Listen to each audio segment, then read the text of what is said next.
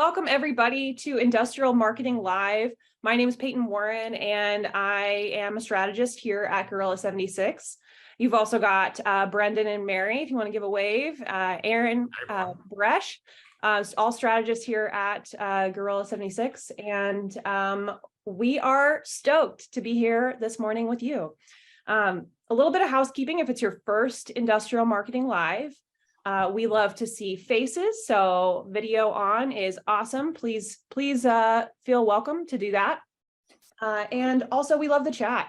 So I already see some messages going through there. Feel free to have conversations, ask questions there in the chat. And we love to pull folks up on stage. So if you've got a question there or, a specific situation that you want to talk about that's happening at your industrial company, that's a great place to let us know and we can steer the conversation in that direction. So one last thing, the only thing we ask is that you just mute while other people are talking so that everyone can get the most out of the time we have together today. But really this space is meant for, industrial marketers like us, like you, to get together, to learn, to grow ourselves, our own professional careers, and also grow our companies. So thanks for coming. And with that, we'll jump in. So today's topic is lessons learned from the other side. If I want to be Halloween-y, maybe the dark side. Yeah. The dark side, SaaS. So software as a service. Software as a service, companies have changed the game in many, many ways. I think many of us have dabbled in SaaS or worked in SaaS a little bit throughout our careers. But really, you think about tools like HubSpot, Metadata, CallRail, Slack, Asana, Salesforce, just to name a few. They've transformed our working lives, right? And beyond that, these companies have also been at the head of the pack when it comes to innovating marketing tactics. They're a little bit more comfortable and willing to test things out, it seems like, than some other industries. So being manufacturing marketers, we know how unique the industrial space can be, though. And that means that we often find ourselves asking, what lessons from these other industries like SaaS actually apply to what we're doing, and what's worth trying in the first place. So enter our guest today. We've got a familiar face. We're all so excited to have Matt Sciannella joining us today. He is a director of demand gen at Refine Labs.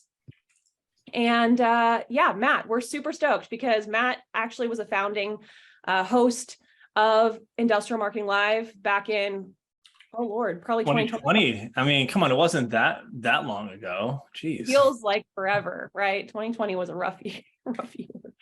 But yeah, Matt, we are so happy you're here. Thanks for joining us. Anything else you want to say before we jump into the topic? No, I mean, I'm super excited. First off, I'm really happy to see Industrial Marketing Live is still super alive and well. And there's just a lot of great energy and a lot of people here who are all about being better at their job and really elevating the profession in an industry where it doesn't get its due, in my opinion, and is not emphasized as what it should be, which is a way for companies to acquire customers at a more efficient cost at the end of the day. So just real happy to see a real live crew here today, and also just super happy to see a lot of the strategists at Gorilla who I left behind, for lack of a better word, keeping this thing going and making it as good as it's been. So yeah, just real happy to be here. Awesome. Well, Matt, I think our first question is really just, you transitioned to SaaS from the industrial space. How was that? How's it going? So honestly, it was not as difficult. I mean, so it was difficult. So there were a lot of hard things to learn. You're asked to do things differently in SaaS than you are in industrial. First off, the revenue model is different. It's recurring revenue. You're looking at ARR added every year instead of like what most people would be here, which would be CapEx or ACV, essentially like the contract value or the project value if you do something that's super custom made. But but yeah, I mean, the transition was not as difficult. There are actually some things in industrial that I like a little bit more. I love the freedom a little bit more to kind of just pursue things as you need to do it. There's a lot more functions and departments in place in SaaS. And so you find yourself not wanting to step on other departments' toes as much. So there's like field marketing, and there's demand gen, and there's content, and sometimes there's comms or PR. And so, if you're if you're an all-rounder, which a lot of people in this are, one thing that I struggle with a little bit is just not wanting to get my claws into other departments of marketing for clients where I know they need help. So I have a couple clients where the content is just really not as strong as I think it could be, especially given the amount of subject matter expertise they have, and as good as the product is. Frankly, like, they could really be doing a nice job with content if they wanted to focus on it. But instead, they'd rather work with analyst firms and do, total economic impact reports with Forrester, and then gate it, and then try to run like a really lazy follow-up effort around it. So you see a lot of bad practices in software, whereas in industrial, like, you see no practices sometimes because these people don't really have much of a belief or process behind it. So at least instead of trying to like untangle something that's like really bad, and you need to untangle it, at least you're starting from ground zero a little bit in industrial. So you get to take a kind of startup, build it from the ground up, build the plane as you fly it mentality. And so that's sometimes a little comforting. What do you like more about SaaS? I love the budget. I'm not gonna lie. Like, you actually get money to pursue things as you want. People aren't reviewing the ad cost that you're spending every month. Like, it's every single penny has to be accounted for, and you have to get a maximum ROI out of it. It's a lot more trust, and like, hey, this takes time to burn. It takes, there's this expectation in industrial, and I know this because I worked here at Gorilla. I've done industrial marketing live. I've worked with some of the clients that are still with Gorilla, and I've talked to some of you all multiple times. There's this expectation when you launch marketing programs that it's going to go from 0 to 130 days, and it doesn't work that way. You're not going to launch a new program, even if that program is something is as tactical as Google Ads. You're not going to get it from like stage 1 up to stage 4 or 5, where it's like, hey, we're rolling. We got 30 leads a month coming in here at about 250 per. We're putting them to cut. We're getting them the opportunity at like 10, 15%. That doesn't happen in the first 30 days. There's like an iterative process to all these programs that you all are launching. And the expectation setting, I think, is really important, but it's executives having to understand as well, when you launch programs, they're just not going to be there in the first 30, 60, even 90 days. Case in point, I have one client who we ran Google Ads for. They were a client who were not successful running it previously. And the first 30 days we spent $7,000 on Google Ads, and we had absolutely 0 conversions. And so I was like, don't worry. All right. Like, we're dialing this in and figuring it out. We were seeing keywords show up that we didn't like. We were seeing we were looking at some of the traffic that they had. They had a lot of people who were coming from their website directly and then going to the login page of the website because they had a login function. So we immediately created it and like a click event to exclude people who clicked the login page. And then instantly the traffic got a lot better. We went to exact match on a lot of keywords. We started to like dial back a little bit on some of the other keyword ad groups. We were seeing things that were not firmographic fits. And magically in the last 30 days, they have 14 conversions total across all of their ad groups. So it's, you can't look at things in the 30-day time frame and make a snap decision on it. It's something that's going to be a continuum. And it's just, in SaaS, there's more understanding that things take time to scale up and get to that point of critical mass. Whereas in industrial, people are very quick to look at a $7,000 spend over a 30-day time period, not see anything, and just decide it's not going to work. Yeah.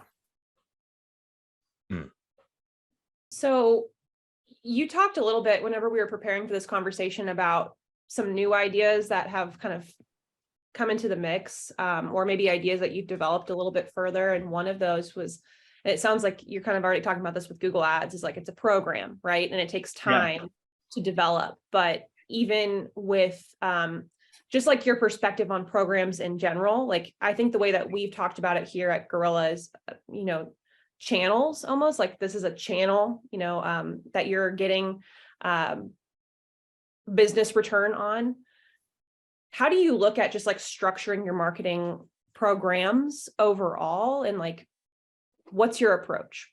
Yeah, so this is something we're pushing a lot at Refine Labs. Some people may have heard Chris talk about it, but like the concept of revenue R&D, this actually dovetails really nicely into a lot of things manufacturing, because I think about it a lot when I worked in welding, right? Because when we were doing new product development, like we were developing a new fume extraction system and a new fume extraction gun. Well, that's a process that takes a year, right? It takes a year to like, get things from design and concept to prototype to like, testing internally, to then having a couple of like core users who you can go out in the field and test it with. They can give it a trial run in an industrial environment. And then eventually it's ready for market and you're ready to put, dollars behind it, get it to your distributors, have your sales team do live demos with it. But that whole process takes, 8 to 12 months. So when you think about program R&D, or product R&D and how long it takes to get a program from idea to, okay, we're up selling it in the market, that's a long process that can take months. Sometimes it can take years, depending on how complex the product is. So we're taking an approach at Refine. We look at revenue programs in the same vein. And so there's like, there's phase 1 to phase 5 and even phase 0, which is simply just the idea of like, hey, we want to try this. What would it look like? And companies in manufacturing will spend a lot of money to develop a product. They'll put it through a lot of tests, they'll put it through a lot of iterations, they'll intentionally break it, for durability testing and stuff like that before it gets out. But when companies think about revenue programs, they often don't have a structure behind it. And so they just kind of throw a lot of stuff against the wall. They don't really have phase gates for it to get from phase 1 to phase 2 to phase 3. And so a lot of things peter out in that phase 1, phase 2 area overall. So our approach really with revenue is like, you're going to start a program like a live event, like doing LinkedIn ads, like doing Google ads, like doing, like doing SEO, for instance. These are all programs that you're doing within your marketing. They cost money. Yes, SEO costs money. It costs time and manpower and backlinking and all the things around it. So you kind of have that as an idea and an approach. And even sales, outbound sales or SDRs, that's also like a program. Like don't discount your sales programs or your partner referral programs. So if you look at, if you look at like, everyone here in industrial, because your company is probably very sales led, your all sales motion should probably be like in that stage 5, stage 4 area. Your marketing programs are probably like in that stage 1 or stage 2, but the stages like stage 1 is like, it's an idea, let's test it, let's see positive signals, let's see, quote requests coming in or something like that. Phase 2, it's, hey, let's see, a certain amount of these quote requests turn into opportunities. Phase 3, it's, okay, we're consistently creating these opportunities every month or every quarter at a certain dollar amount. Phase 4, we're able to repeatably do that for ourselves. And phase 5, we've operationalized it and we have process behind it. Now, to get from phase 1 to phase 5, it could take you 12 to 18 months. You just have to have, and there's no like set time frame, like it has to do this in a certain amount of time. You're going to just see the spend and you're going to see the signals and you're going to see what you're getting out of it. And you'll just know, you'll have a gut feeling of whether or not this is working or not. And, this goes into a whole other bunch of things like setting up the right attribution for yourself in your CRM, which I'm sure we will get into that at some point. But essentially what we're talking about is like putting a phase structure to your marketing budget and your marketing programs and your sales programs for that matter. Like you shouldn't discount that. And then having, a structure in place to get things from an initial phase, which is an idea, to a phase where it's repeatable and operationalized for your company. And you can reliably count on it. Does that make sense? Yeah. Okay. So can you talk about like with the phase approach, Matt? The one thing I don't think I've heard yet, and I probably just missed one of the podcasts, but what is that? Is there like a time thing where like go to phase 1 to phase 2, and if it doesn't meet the gate by phase 2, that you stop the program? There's no like set time frame. It's ultimately going to vary a lot by company and also spend. If you're spending $2,000 a month on Google ads, you shouldn't expect to like, and you're looking at that to produce like 5x income. You should be giving that a lot of time, because your spend basically is also your time to iterate, because your budget essentially dictates how many swings or at bats you get at it. Right. So you have to look at it vis-a-vis the budget you have dedicated to that program. And that should give you, the more spend you have, the less spend you have, the longer the leash really a program should have, because you're ultimately limiting your ability to get feedback loops for yourself.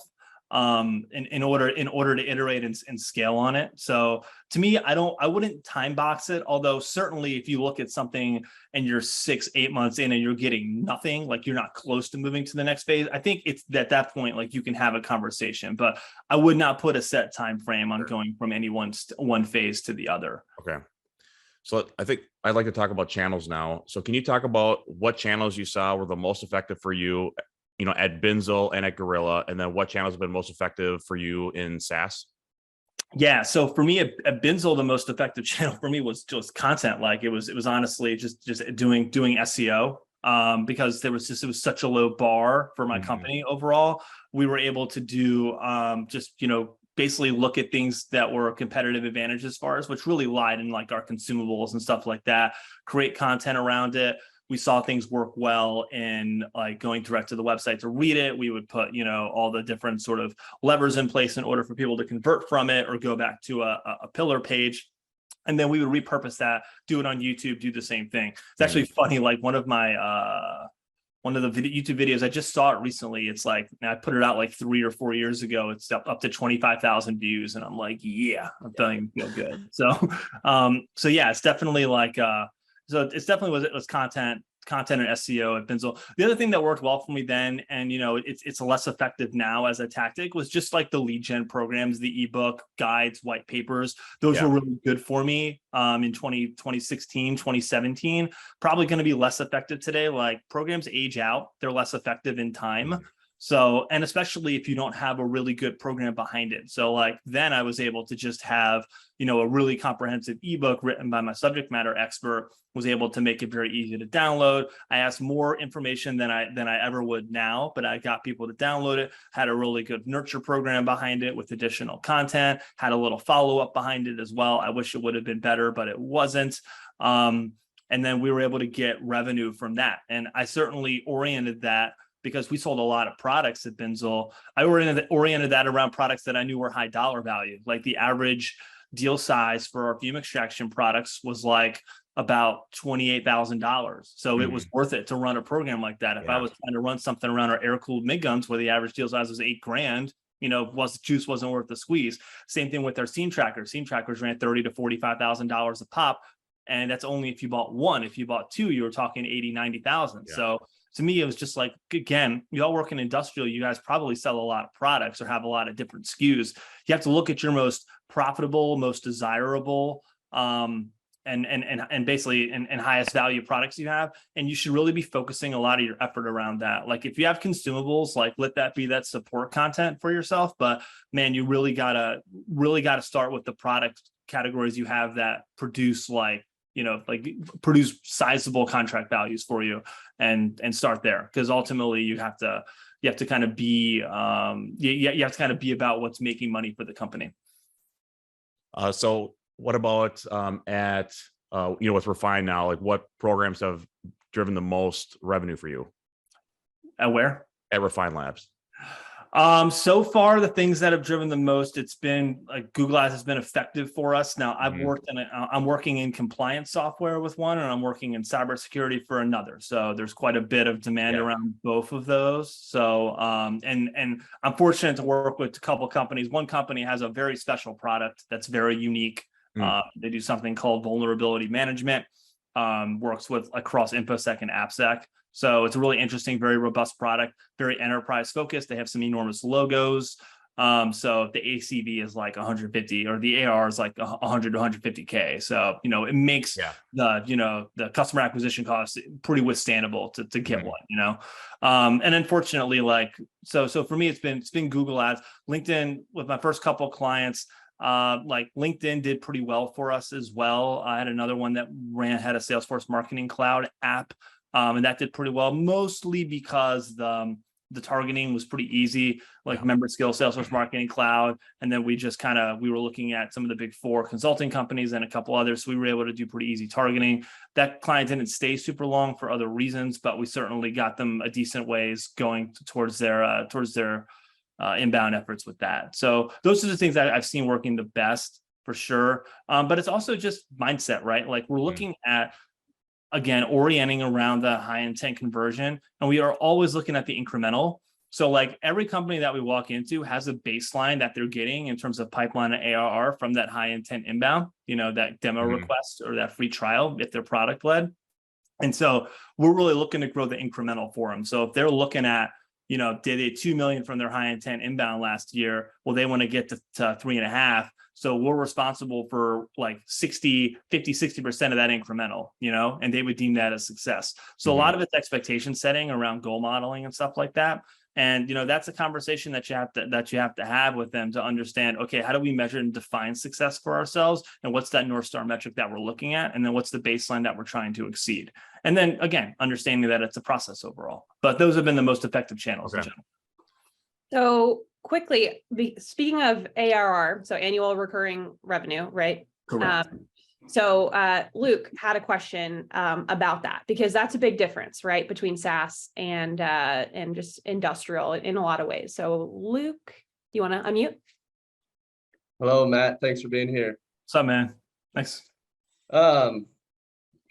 My question was most, I don't say all SaaS companies are selling, marketing a subscription, a monthly subscription to a certain number of employees. That's a easier number for me to think about. And I think many of us industrial marketers, not all, are selling a physical product, whether it's a $100,000 piece of equipment or a $500,000 piece of equipment or tool bits or whatever it is. But what's the biggest difference you see in how you market?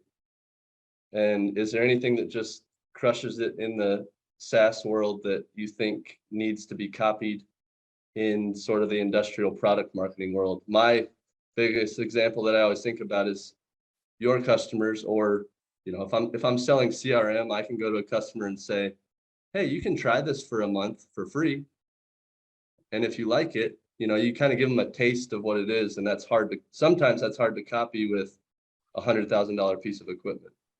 Yeah. So, I mean, in my example, like most companies, the companies I work with don't have like a free trial version. Normally what they'll do is something that, a lot of industrial companies could do like a proof of value or a proof of concept, which again, might not always be possible if you're selling $100,000, $500,000 piece of machinery.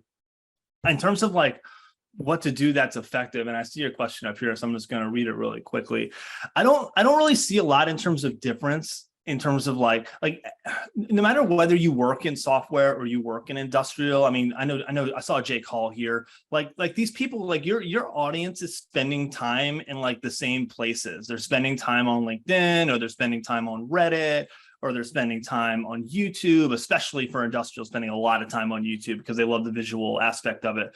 And so for me, it's a lot of like, have good content and distribute it well. I'm freelancing for a welding equipment supplier right now. They sell direct, and we're running like viral content kind of Facebook ads, basically to people with welding related job titles, and they sell direct. So it's a little bit different. But I have 20 conversions on $800 spent so far this month, and that's a fact. I could like show you my Facebook ads to show you that. So a lot of it to me is having good content, having a point of view that I think is important. Like this particular client that I'm mentioning is a challenger brand. So like they compete with like Big Red and Big Blue, Lincoln and Miller, and they're basically needling them a lot because like they know that they have a reputation for being a hobbyist brand. And so they're doing a lot of content where they're kind of like making fun of how Millers are always like broken down, or how like we have this like shtick we're doing where like the welder's like leaving the Miller machine for the other machine, and it's like he's leaving his wife for someone better. So we take these like real world sort of concepts and then create content around it and then distribute it out, and people like really react well to it because they relate to it. So at the end of the day, like, and I tell this even with my software clients who do not always get this either, content needs to be entertaining and relatable, but also, drive home a larger point. And if you're able to do that and communicate it well, and then if you're able to figure out where your target audience is spending time, you're going to end up, you'll end up seeing opportunities come through from that. Jake Hall, I had Jake Hall on my podcast last year, and all Jake, and one thing Jake does with his content is he takes people's YouTube videos from other companies' YouTube videos and repurposes it because they don't distribute it, and he shows them, like, he had one to show how condoms were made, which was hilarious. I think he showed it for Valentine's Day, and he just took a company's video on YouTube for how they did that, repurposed it for himself, and then had a little caption on it, and then distributed it out organically to his company as a native file. So to me, it's all about content. At the end of the day, content is the lubricant that greases the wheel for everything else that you want to do. I don't care if you're running events, if you're running paid ads, whatever it is, like, ultimately it's all about content. Content makes it all a lot easier for yourself. So I would just, focus on the content for yourself, and then how you're going to distribute it, whether you're going to do email, ads, organic social, or do it with live events. So sorry, Brendan, do you have another question there? No, that's awesome.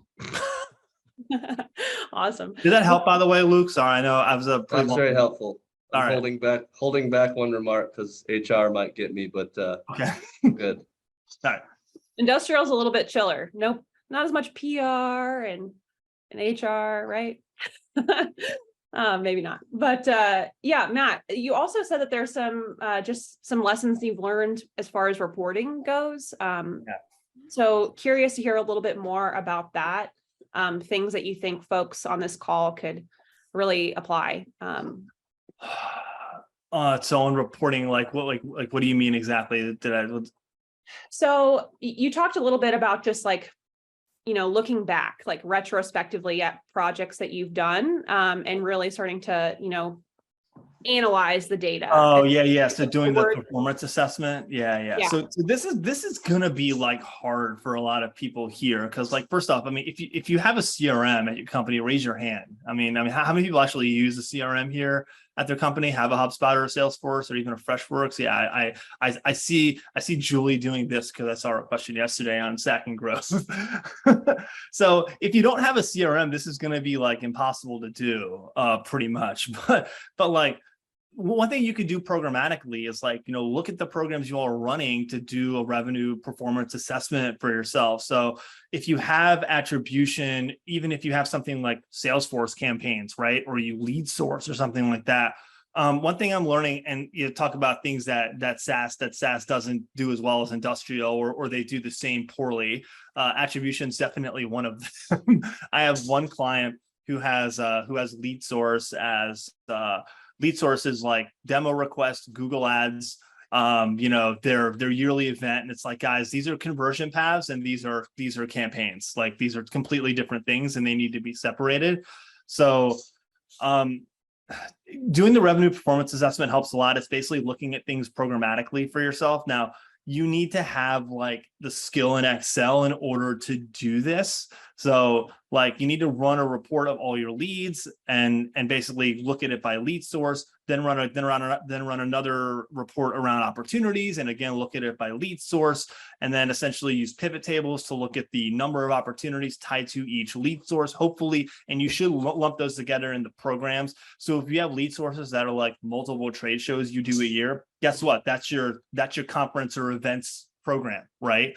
And so lump together things that fit. So advertising stuff would be like that. If you want to break out social by search, that's I think you should do that. If you're doing things if you're doing events, if you're doing anything with a partnership with your dealer network, and you're doing going to those kinds of things. I know they have open houses and shit like that. Sorry for my language. You could also lump that in together as kind of a program.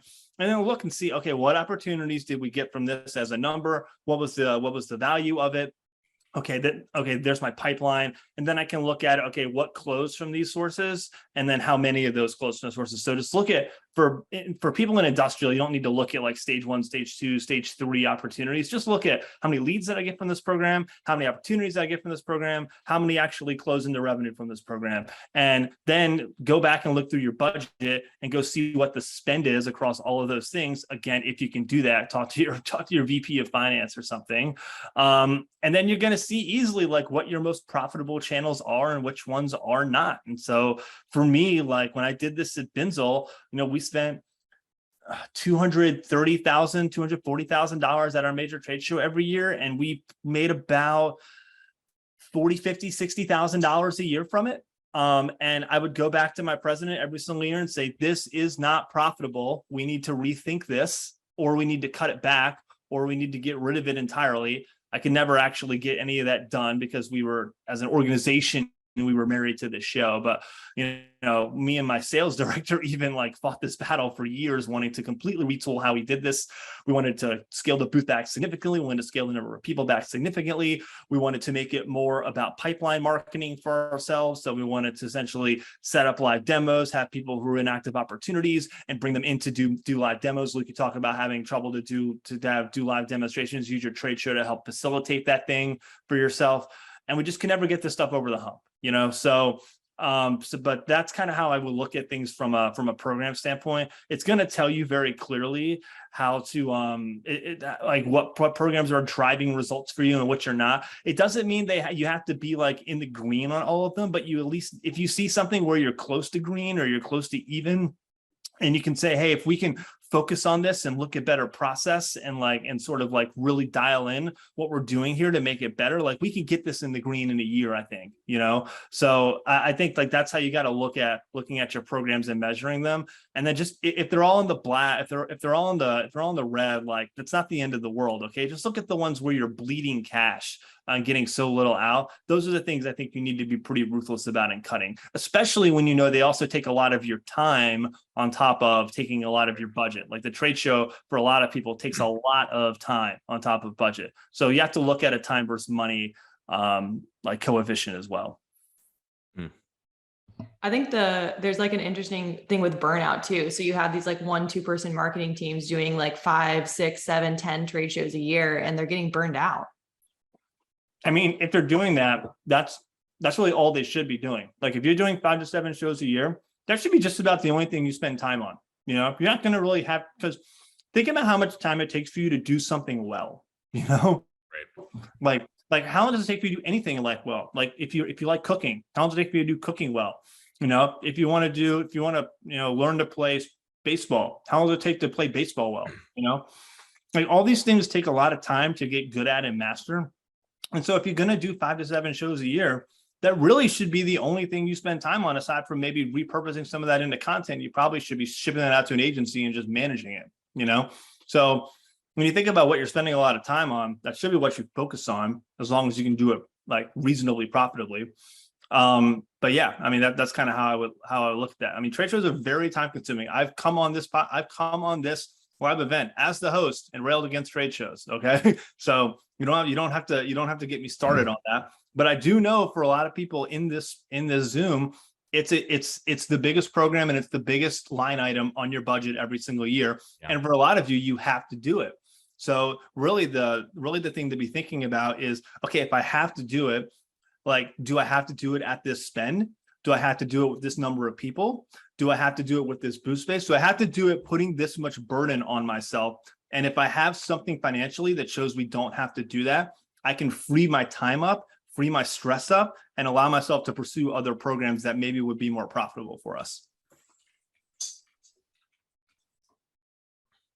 So we talked about this from the perspective of like, if you have a CRM and if you have like data, right? But there's also, and I think that we've been seeing a lot of this with like kind of custom reporting that we've been building too at Gorilla, but just, if you don't have the quantitative data, what do you recommend your next step be as far as, understanding or like deciphering the more qualitative data that you can get through talking with other folks at the company? Yeah, that's a good question. So if you don't have qualitative data and you have to look quantitative, like you have to do your research, like just be really prepared, talk to customers if you can do that.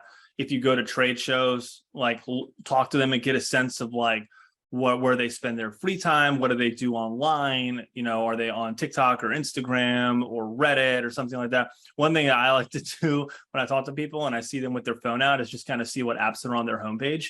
And that's a really good thing to do as a survey question, right? You can survey your customers and just ask them like, hey, what are 3 apps that are on what are 3 apps that are on your main phone screen? And you'll get a sense for like how they think, where they spend time, what they do.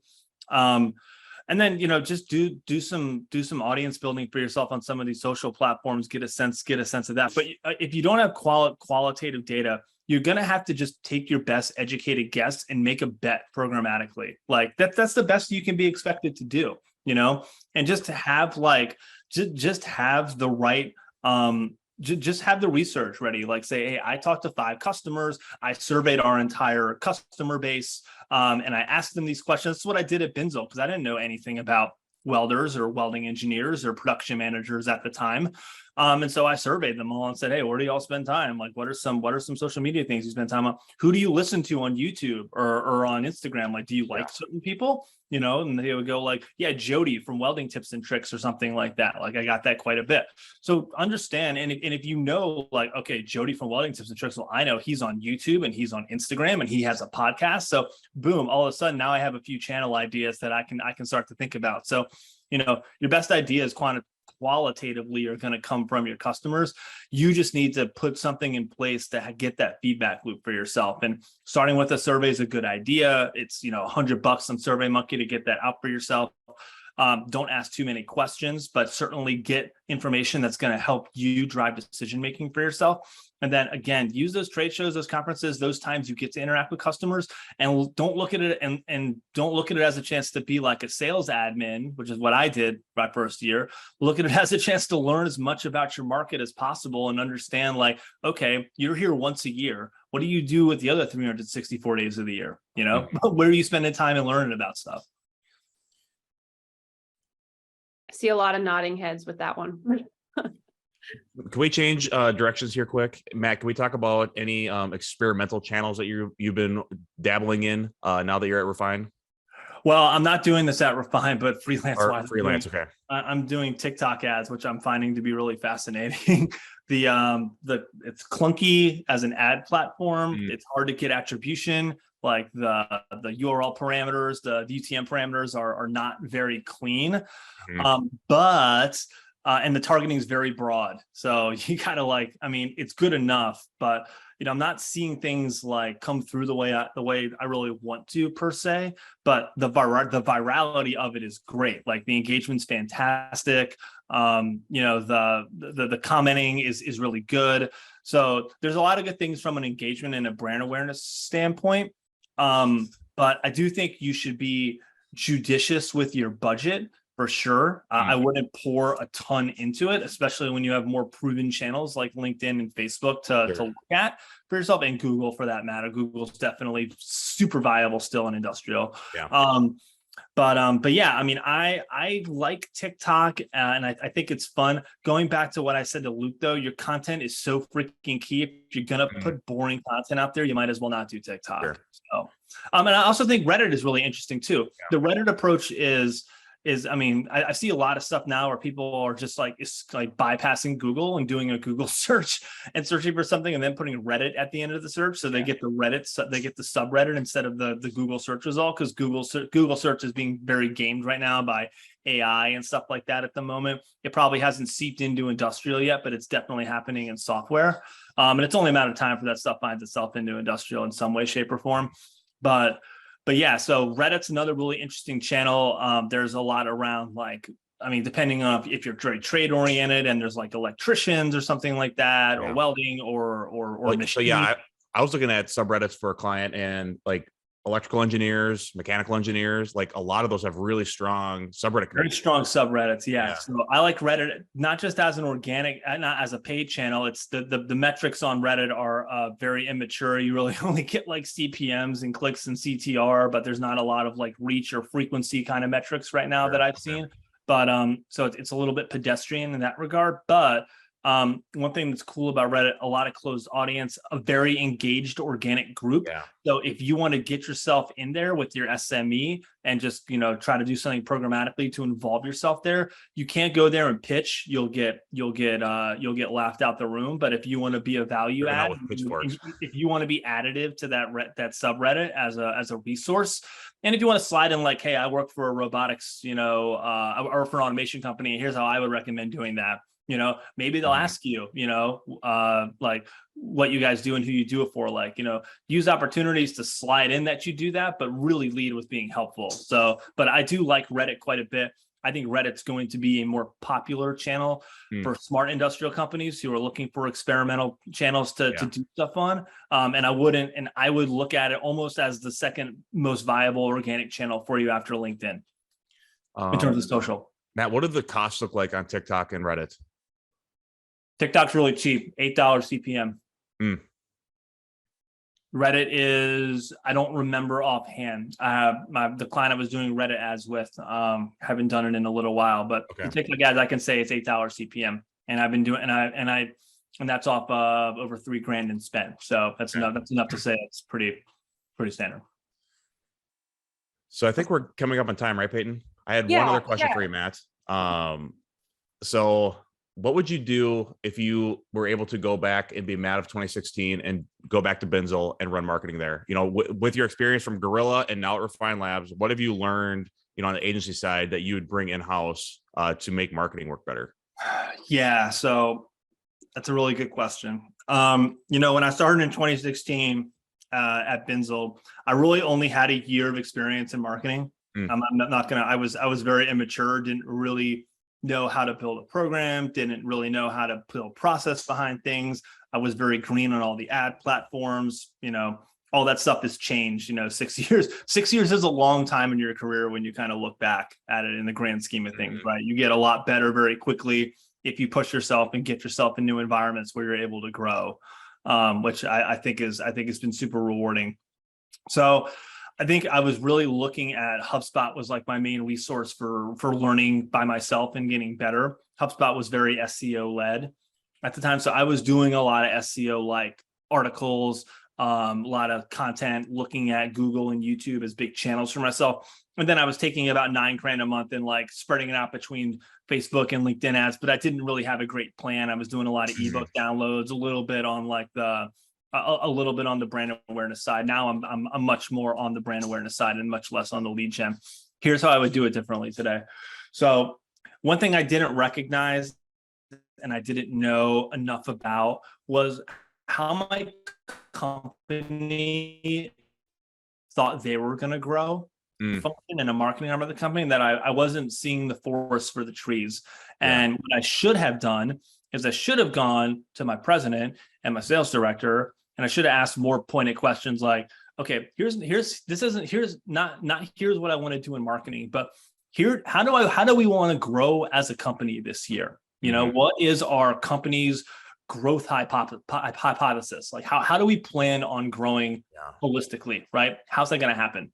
And if I asked that question, the answer I would have gotten was, we want to work more with our highest spending customers, and we really want to go after very large manufacturers with multiple locations. We want to go after John Deere. We want to go after Caterpillar. We want to be in every Ford tier 1 plant that we possibly can be in. Like we really want to go after people who are producing a lot and processing a lot of metal, welding a lot of metal, right? Because for us, because we sold a premium product, and so they valued that a lot more than, SMB and even small mid-market manufacturers.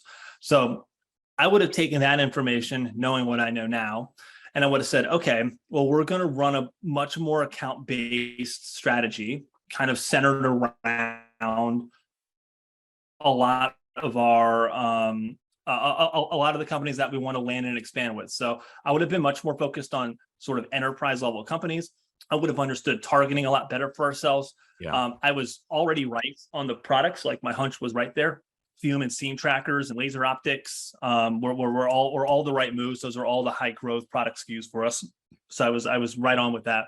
But what I wasn't right with was who we wanted to sell those to. And I didn't understand our target market enough. And so I think for anyone here, understand how your company wants to grow and who your target market is. And don't just settle for, okay, we want production managers and we want weld engineers and we want, machinists and stuff like that, manufacturing engineers. Like, okay, like what do they make? How big are they? How many machines do they have? How many welding stations do they have? How many locations do they have across the US? who are their OEM suppliers or who are their tier one suppliers, let's understand the market at large. And then instead of trying to light the ocean on fire with, okay, let's do this big long firmographic thing where we want this in terms of these job titles, this company size, and this, and this.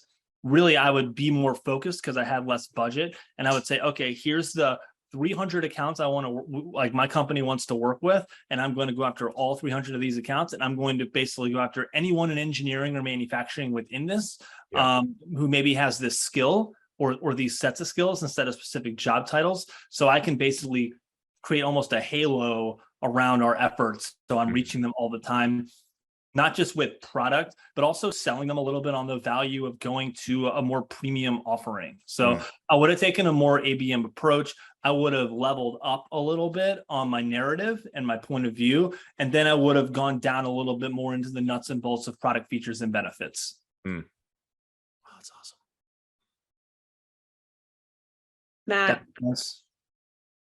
Yeah, makes sense. And thank you so much for coming on to IML today. We just absolutely love that we're able to bring you back on as now a guest to a show that you helped start and a community that you helped grow from the very beginning. So thank you for that. Yeah, I guess just to end today, want to just give Mary, Brendan, and Matt, I know we didn't pull out little nuggets, but is there anything that you want to make sure that folks take from this conversation and bring out into their industrial worlds an action that they should follow up on following this conversation?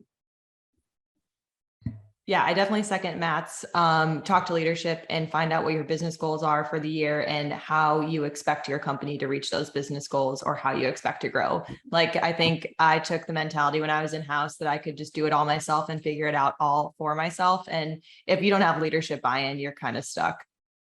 Yeah, that was huge. And then I think for me, it was try to figure out a way to measure your programs. And it doesn't have to be a crazy measurement, but just look at leads and opportunities and revenue and do the analysis and see what is green and what is red and double down or cut programs if you need to.